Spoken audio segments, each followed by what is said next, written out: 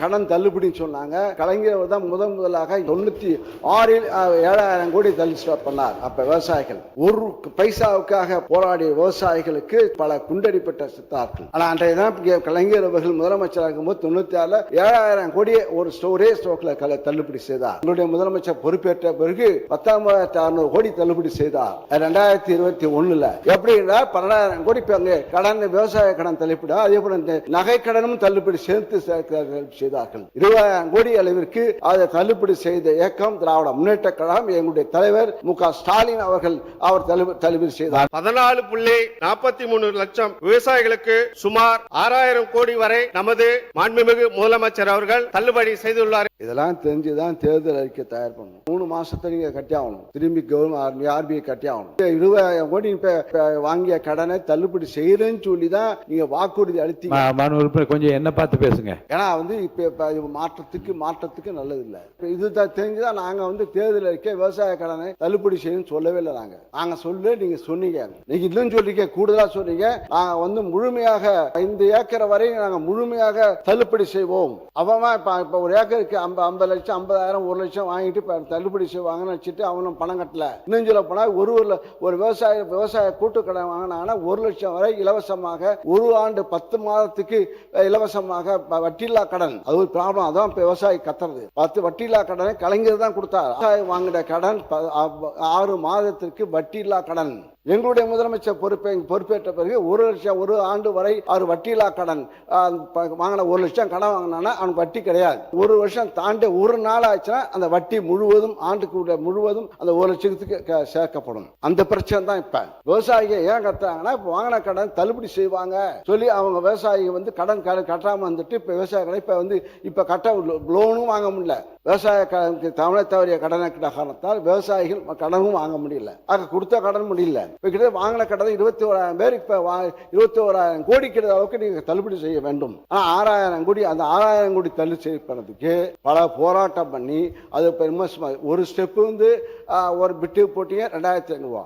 அப்புறம் 2வது பிட்டு போட்டு 50,000 75,000 சொல்றீங்க. 1 லட்சம் வரை கடன் கொடுக்க வேண்டும் என்று சொன்னீர்கள். அது கொடுக்கவில்லை. அது வேற சொல்றீங்க. இப்ப ஆண்டுக்கு நாங்கள் முன்கடனாக விவசாயிகளுக்கு ஆண்டுக்கு 15,000 கொடுப்போம். தேர்தல் அறிக்கையில் அறிவித்திருக்கின்றீர்கள். ஆண்டுக்கு விவசாயிகளுக்கு பணம் கொடுப்போம் என்று அது இந்த பட்ஜெட்டை கொடுக்கவே இல்லை.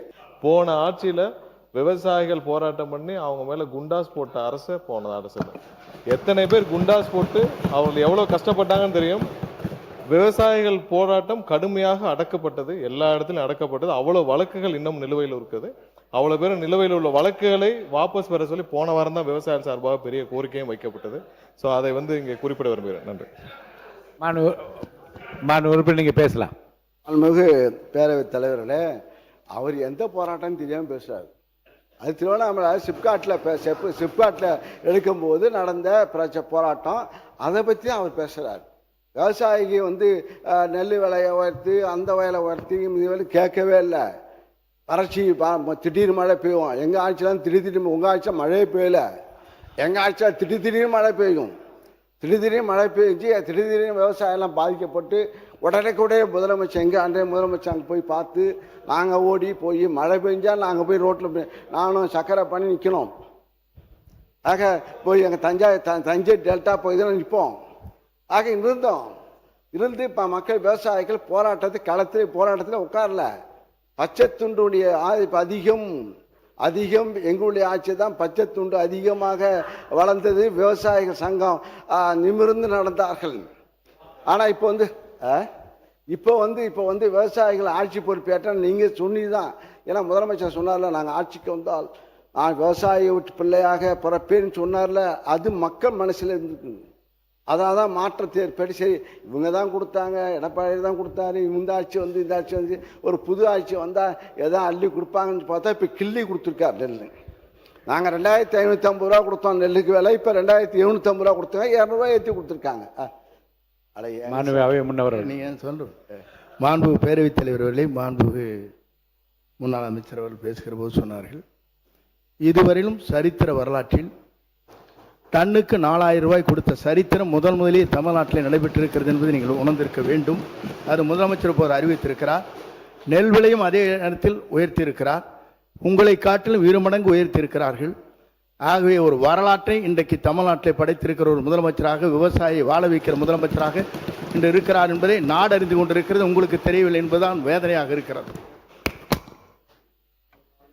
பேரவைத் தலைவர்களே, நாங்கள் இப்போ நாங்களும் கடந்த இதே இடத்துலலாம் உட்காந்து சொன்னேன்.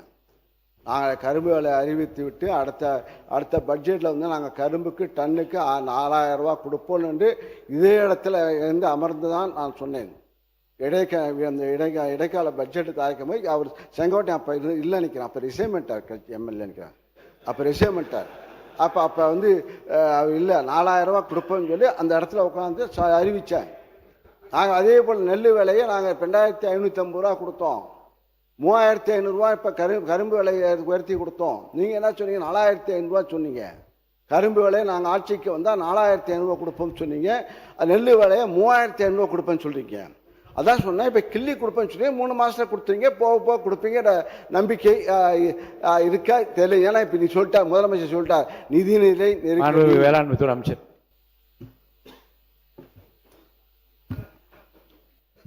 இருந்தாலும் புள்ளி ஓரமாக சொல்லணும். மாண்புமிகு பேரவைத் தலைவர் அவர்களே, கடந்த ஆட்சியில் நெல்லுக்கு 2500 ரூபாயும் கரும்பிற்கு 3500 ரூபாயும் உயர்த்தி தருவதாக அவர்களின் தேர்தல் அறிக்கையில் தெரிவித்திருந்தார்கள்.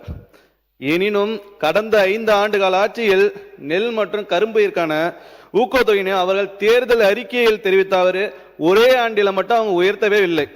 நெல்லுக்கான ஊக்கத்தொகை சாதாரண ரக நெல்லை பொறுத்தவரை 2021-22 ஆண்டில் ஒன்றிய அரசால் அறிவிக்கப்பட்ட குறைந்தபட்ச ஆதரவு விலையான 1940 ரூபாயுடன் ஊக்கத்தொகையாக குண்டால் ஒன்றுக்கு 75 ரூபாய் அறிவித்து மொத்தம் 2015 ரூபாய் வழங்கினார்கள். அதே 2022-23 ஆண்டில் ஊக்கத்தொகை எதுவுமே அவங்க உயர்த்தவும் இல்லை. அதே மாதிரி 2023-24 ஆண்டில் ஊக்கத்தொகையாக குண்டால் ஒன்றுக்கு 7 ரூபாய் மட்டும் உயர்த்தி 82 ரூபாயை ஊக்கத்தொகையாக வழங்கினார்கள். அதே மாதிரி 2024-25 ஆண்டில் ஊக்கத்தொகையாக குண்டால் ஒன்றுக்கு 23 ரூபாயை உயர்த்தி 105 ரூபாயை ஊக்கத்தொகையாக வழங்கினார்கள். 2025-26 ஆண்டில் ஊக்கத்தொகையாக குண்டால் ஒன்றுக்கு 26 ரூபாய் உயர்த்தி 131 ரூபாயாக ஊக்கத்தொகை வழங்கப்பட்டது. ஆனால் இந்த அரசு நம்ம மாண்புமிகு முதலமைச்சர் தலைமையில் பொறுப்பேற்ற நாள் முதல் இந்த 3 மாதத்தில் சாதாரண ரெல் நகை குண்டால் ஒன்றுக்கு 28 ரூபாய் கூடுதலாக உயர்த்தி ஊக்கத்தொகையை 159 ரூபாயை உயர்த்தியுள்ளோம். இதன் மூலம் விவசாயிகள் ஒரு குண்டால் ஒன்றுக்கு சாதாரண ரக நெல்லுக்கு ரூபாய் 2500 ரூபாய் இப்ப பெறுவார்கள். சன்ன ரக நெல்லை பொறுத்தவரை 2021-22 ஆண்டில் ஒன்றிய அரசால் அறிவிக்கப்பட்ட குறைந்தபட்ச ஆதரவு விலையான 1960 ரூபாயுடன் ஊக்கத்தொகையாக குண்டால் ஒன்றுக்கு 100 ரூபாய் அறிவித்து மொத்தம் 2060 ரூபாய் வழங்கினார்கள். இதே போல 2022-23 ஆண்டில் எந்த ஒரு ஊக்கத்தொகையும் அவர்கள் ஆட்சி காலத்தில் உயர்த்தவில்லை. அதே மாதிரி பாத்தீங்கன்னா 2023-24 ஆண்டில் ஊக்கத்தொகையாக குண்டால் ஒன்றுக்கு 7 ரூபாய் உயர்த்தி 107 ரூபாயாக ஊக்கத்தொகையை வழங்கினார்கள். 2024-25 ஆண்டில் ஊக்கத்தொகையை குண்டால் ஒன்றுக்கு 23 ரூபாய் உயர்த்தி 130 ரூபாயை ஊக்கத்தொகையாக வழங்கினார்கள். நம்ம 2025-26 ஆண்டில் ஊக்கத்தொகையாக குண்டால் ஒன்றுக்கு 26 ரூபாய் உயர்த்தி 156 ரூபாய் ஊக்கத்தொகையாக வழங்கப்பட்டது. ஆனால் இந்த அரசு நமது மாண்புமிகு தலைமையில் பொறுப்பேற்ற 3 மாதத்தில் சன்ன ரக நெல் குண்டால் ஒன்றுக்கு 130 ரூபாய் கூடுதலாக உயர்த்தி ஊக்கத்தொகை 289 ரூபாயாக உயர்த்தி இருக்கும். இதன் மூலம் விவசாயிகள் ஒரு குண்டால் ஒன்றுக்கு சன்ன ரக நெல்லுக்கு ரூபாய் 2750 ரூபாய் வரை பெறுவார்கள். அதே மாதிரி கரும்பை பத்தி சொன்னாங்க. மாண்புமிகு பேரவைத் தலைவர்களே, கரும்பிற்கான ஊக்கத்தொகை கடந்த அவங்க ஆட்சி காலத்தில் 2021-22 அரவை பருவத்திற்கு ஒன்றிய அரசால் அறிவிக்கப்பட்ட நியாயமான மற்றும் ஆதார விலையாக மெட்ரிக் டன் ஒன்றுக்கு 2755 ரூபாயுடன் சிறப்பு ஊக்கத்தொகை 135 ரூபாய் அறிவித்து மொத்தம் 2950 ரூபாய் அவர்கள் ஆட்சி காலத்தில் வழங்கினார்கள். 2022-23 ஆண்டில் அரவை பருவத்தில் ஊக்கத்தொகை எதுவுமே உயர்த்தவில்லை. அதே மாதிரி 2023-24 ஆண்டில் அரேபுரத்தில் பார்த்தீங்கன்னா ஊக்கத்தொகையாக குண்டால் ஒன்றுக்கு 20 ரூபாய் மட்டும் உயர்த்தி 215 ரூபாயை ஊக்கத்தொகையா வழங்கினார்கள். அதே காலகட்டம் 2024-25 ஆண்டில் பார்த்தீங்கன்னா அரவே பருவத்தில் ஊக்கத்தொகை குண்டால் ஒன்றுக்கு 132 ரூபாய் உயர்த்தி 349 ரூபாயாக ஊக்கத்தொகை வழங்கினார்கள். 2025-26 அரவே பருவத்திற்கு ஒன்றிய அரசால் அறிவிக்கப்பட்ட நியாயமான மற்றும் ஆதாய விலைய மெட்ரிக் டன் ஒன்றுக்கு 3290 ரூபாய் 50 காசுடன் சிறப்பு ஊக்கத்தொகை முதல் ஆண்டிலே கூடுதலாக 360 ரூபாய் 50 காசுடன் சேர்த்து சிறப்பு ஊக்கத்தொகை 709 ரூபாய் 50 காசாக உயர்த்தப்பட்டுள்ளது. இதன் மூலம் விவசாயிகள் டன் ஒன்றுக்கு 4000 ரூபாய் கரும்பு விலையாக பெறுவார்கள். மாண்புமிகு பேரவைத் தலைவர்களே, இதனால் நெல்லுக்கும் கரும்புக்கும் ஒரே ஆண்டில் ஊக்கத்தொகையை தமிழ்நாட்டின் வரலாற்றிலே இந்த அளவுக்கு உயர்த்தியது நம்ம மாண்புமிகு தமிழக முதல்வர்களின் தாவேக அரசு மட்டும் என்பதை பெருமிதத்துடன் தெரிவித்துக் கொள்கிறேன். மாண்புமிகு உறுப்பினர் நீங்கள் தொடர்ந்து பேசுங்க. மாண்புமிகு பேரவைத் தலைவரே, இதில் நாங்கள் தான் கொடுத்துட்டோம். இது ஏன் இவ்வளோ தூரம் படிச்சுக்கிட்டுன்னு நாங்கள் தேர்தல் எங்களுடைய தேர்தல் அறிக்கை சொன்னோம். 2500 ரூபா நெல் கொடுப்பேன்னு சொன்னோம். கரும்புக்கு 4000 கொடுப்பேன்னு சொன்னோம். அது நாங்கள் எங்களுடைய ஆட்சி முடியும் போது 2555 சன்ன ரகத்தை நாங்கள் உயர்த்தி கொடுத்துருக்கின்றோம். படிப்படியாக கொடுத்தோம். நீங்கள் 3500 சொல்கிறீங்க. இப்போ நீங்கள் சொன்ன வார்த்தையில் தான் இப்போ மக்கள் அதிகமாக நம்பிட்டாங்க விவசாயிகள். ஏன்னா முதல்வர் சொன்னார், நாங்கள் ஆட்சி நான் வேளாண் அடுத்த ஜென்மம் வந்தால் வேளாண் குடும்பத்தில் நான் பிறக்கணும். ஆக அந்த உணர்வு இருக்கின்ற காரணத்தால் விவசாயியாக பிறக்கணும் வேண்டும் என்று எனக்கு உணர்வு இருக்கின்ற காரணத்தை இப்போ முதலமைச்சரான காரணத்தால் விவசாயிகளாம் நம்பிட்டாங்க. ஏன்னா விவசாயம் நம்பி நாங்கள் இப்போ நெல் விலையை ஊற்றி கொடுப்பாங்க. இப்போ கடன் தள்ளுபடின்னு சொன்னாங்க.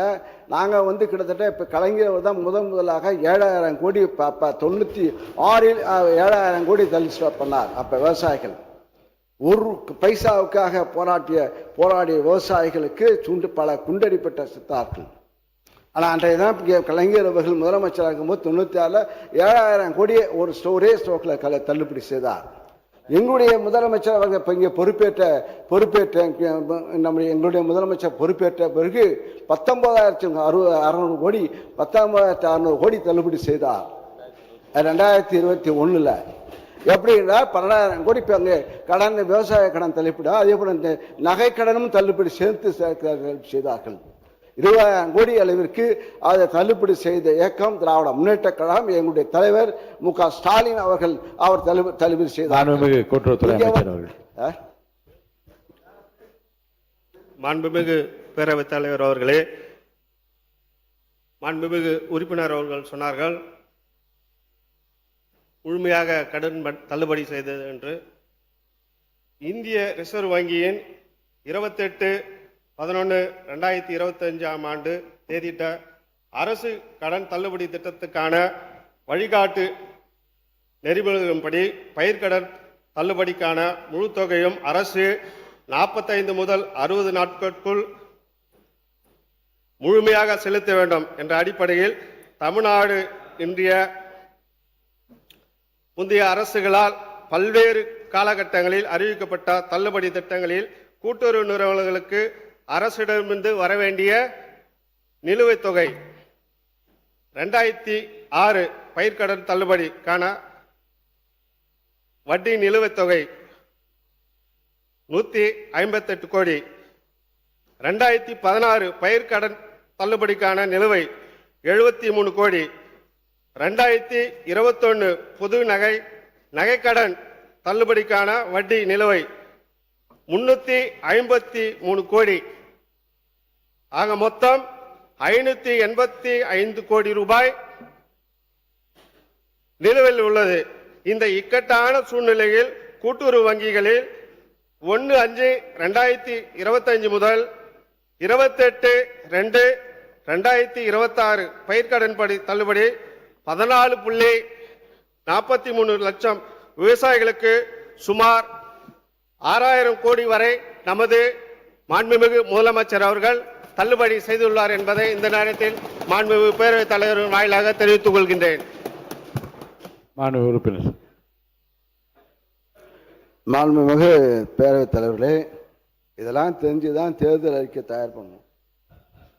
ஆர்பிஐ வந்து நீங்கள் பணம் இப்போ தள்ளுபடி சொல்கிற 6000 கோடியை 3 மாதத்தை நீங்கள் கட்டி ஆகணும்.